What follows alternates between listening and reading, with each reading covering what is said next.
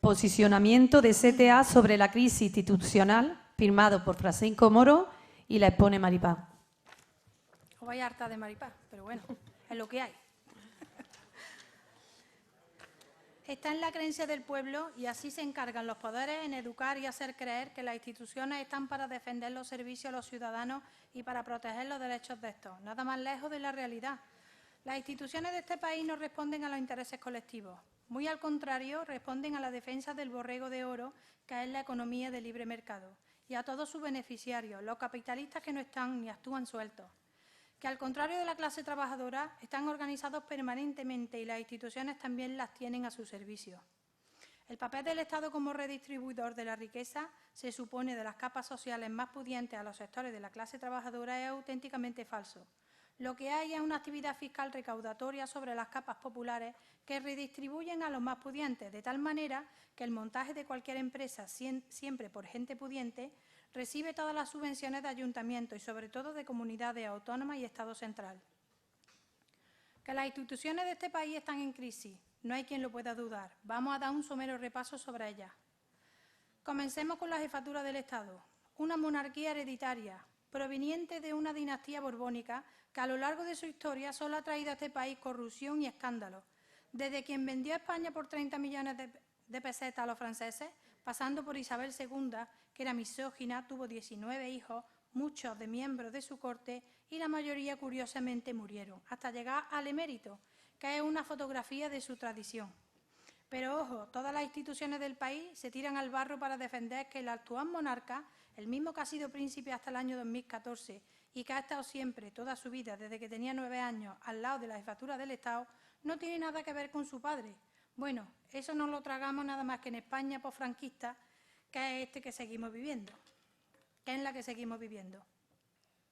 Seguimos por el propio Parlamento español, elegido por el pueblo español, previamente presentado y defendido en sus distintos ámbitos por los medios de comunicación y persuasión de la opinión pública. La criba que impera en los dirigentes de los partidos políticos es que se deben defender los principios de la economía libre de mercado y los principios constitucionales, que en definitiva lo que hacen es brindar las instituciones al servicio de los intereses espurios del capitalismo. Para ser diputado o senador hay que sufrir la criba del partido político. El propio Pedro Sánchez sufrió esa pulga porque hizo una oposición de asalto al poder contra Rajoy, que la cúpula del PSOE entendió que se apartaba de los intereses del capital. Pero esto no costó trabajo domesticarlo, ya traía escuela. ¿Cómo se puede explicar que el Congreso de los Diputados y el Senado aprueben leyes contra el pueblo? ¿Cómo la privatización de la sanidad pública o la propia contrarreforma laboral? Y lo peor, ¿cómo se puede explicar que el pueblo vote a estos partidos políticos? Todo en nombre de una supuesta democracia que no existe. Pero si nos vamos a la justicia, ¿cómo se puede explicar que después de 46 años muerto el dictador, sin ningún tipo de pudor, se siga defendiendo el franquismo? Un poder que no elige nadie y que se quieren elegir entre ellos. Un poder de funcionarios a los que solo acceden aquellos que sus familias tienen dinero y además el pésimo funcionamiento de la justicia. Hay gente que se tira en la cárcel como preventivo años de su vida sin ser juzgado. Los trabajadores, desde que se quitaron los salarios de tramitación, años esperando su juicio por reclamación de cantidades. De servicio al pueblo, ninguno. El pueblo es machacado. Ya lo que nos quedaba por ver, que este poder decida sobre cuestiones sanitarias, sobre las que debería de decidir la autoridades sanitarias. Increíble, además, nos están dejando a la crítica. Hay que acatar sus decisiones como si de dioses se tratara. Cambian de criterio Cambian de criterio jurisprudencial, porque tampoco me ha salido, pero igual, lo habéis entendido. Cuando lo estiman oportuno. Es otra administración totalmente fallida. Veamos la inspección de trabajo. Mirad, en Córdoba prácticamente los únicos que ponemos denuncia a la inspección de trabajo somos nosotros. Tenemos denuncias sin contestar desde septiembre de 2019. Pero ahora es que la señora jefa de la inspección, frívola donde la haya, nos dice telefónicamente que no se nos va a informar de las actuaciones. Esto lo denunciamos ante el Defensor del Pueblo y en principio nos dio la razón. Pero se ve que cuando le riñeron desde el gobierno Rajoy, después nos quitó la razón prácticamente sin dar ni un solo racionamiento jurídico. También más de 60 denuncias que no han contestado. Eso CTA no lo podemos permitir y tenemos que movilizarnos contra esto, toda la organización. Mi pregunta es, ¿de eso Yolanda Díaz no tiene ni idea? Claro, ella es paz y amor, y que nosotros se lo podamos comunicar, imposible. La propia sanidad también forma parte de la Administración, tanto el PSOE como el PP, por supuesto en Cataluña la antigua Convergencia y Unión. Lo que hacen es crear un sistema de retribución cuya parte del trabajo está basada en la productividad, y esta se consigue a base de no mandar a especialistas, no mandar pruebas médicas, no dar baja a los trabajadores enfermos, no recetar medicamentos. Ello todo redunda en la inasistencia a los enfermos. Esto es una forma de fomentar la sanidad privada, porque si no te atienden en la pública y te tienes que salvar, te tienes que asociar a una compañía privada. Que la atención primaria está colapsada es mentira. Podéis ir a cualquier ambulatorio. Primero, la cita para el médico de cabecera o medicina general tarda 10 días en dártela. Cuando te atienden no quieren ni escuchar la patología que tienes y te dice que solo tienen 7 minutos para atenderte. Y lo que ya es una auténtica vergüenza es que el médico pase visita por teléfono. Ya lo que faltaba, como la bruja fuste. Eso es como echar las cartas.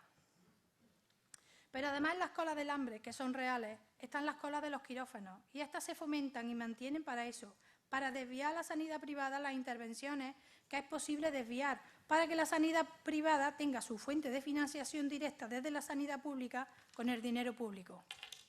No se ha hablado lo suficiente que la profesión médica en este país, en la Comunidad Autónoma de Madrid, ha elegido en la residencia de ancianos, los ancianos enfermos que iban a atenderse en hospitales y los que iban a dejar morir.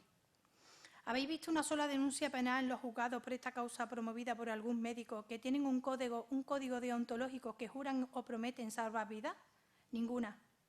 ¿O la denuncia de algunos sindicatos corporativistas del sector? Ninguna. Sí, sector que vive en la burbuja distinta a la sociedad civil, porque es un gremio cerrado, con sus sindicatos corporativistas que defienden contra la sociedad lo que sea necesario para mantener su estatus y forma de proceder. ¿Es esto una administración fallida o no? Las comunidades autónomas, comencemos por ejemplo por la agencia IDEA de aquí de Andalucía. Hay mucha gente que no sabe lo que es. Pues es una agencia que crearon los socialistas, la Junta de Andalucía, que por supuesto la mantienen los peperos y esta, por lo visto, no ha tenido ningún tipo de auditoría. Su función es regalar dinero a las empresas con la recaudación de los impuestos de los andaluces. Inexplicable. Pongamos un ejemplo.